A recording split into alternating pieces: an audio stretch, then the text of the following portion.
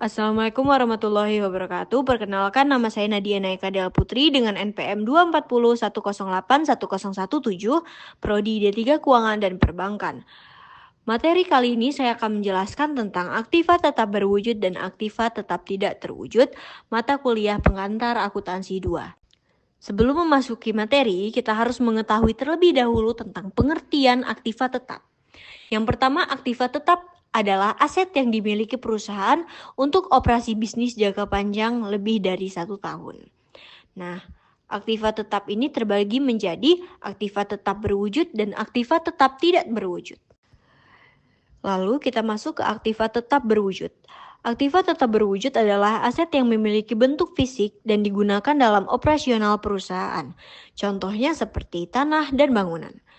Karakteristik aktiva tetap berwujud adalah memiliki bentuk fisik, mengalami depresiasi, dan memerlukan perawatan.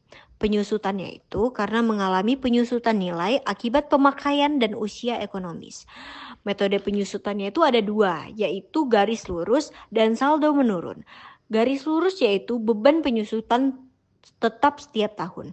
Lalu saldo menurun, beban penyusutan lebih besar di awal penggunaan.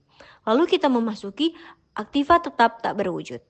Aktiva tetap tak berwujud adalah aset yang tidak memiliki bentuk fisik, tetapi bernilai bagi perusahaan. Contohnya hak paten, merek dagang, hak cipta, goodwill, lisensi.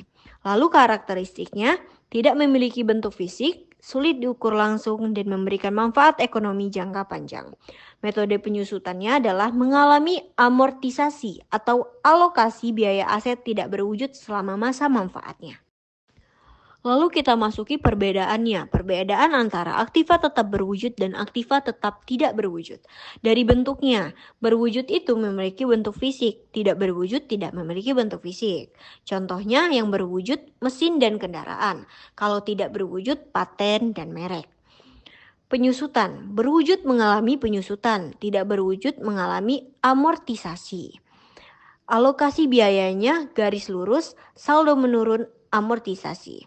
Pengaruh nilai, berwujud dapat mengalami depresiasi, tidak berwujud tergantung pada manfaat ekonomi.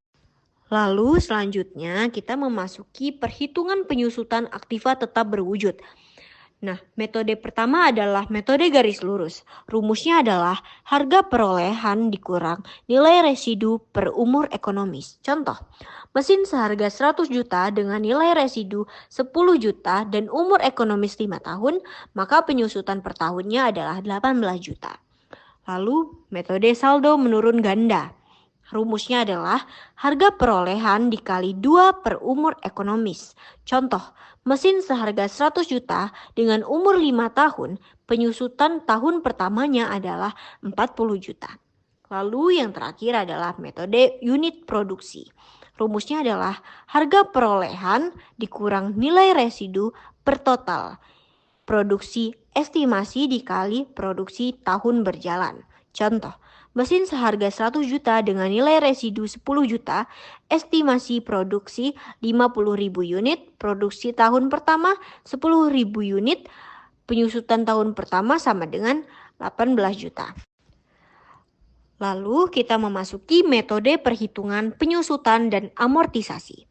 Yang pertama adalah garis lurus. Penyusutan tahunan sama dengan harga perolehan dikurang nilai residu per umur ekonomis. Terus yang kedua adalah saldo menurun ganda. Penyusutan tahun pertama sama dengan harga perolehan dikali 2 per umur ekonomis. Lalu selanjutnya unit produksi. Penyusutan per unit sama dengan harga perolehan dikurang nilai residu per total produksi estimasi. Penyusutan tahunan sama dengan penyusutan per unit dikali produksi tahun pertama. Amortisasi garis lurus untuk aktiva tidak berwujud.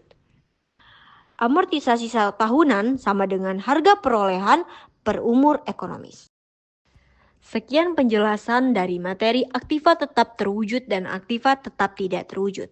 Wassalamualaikum warahmatullahi wabarakatuh.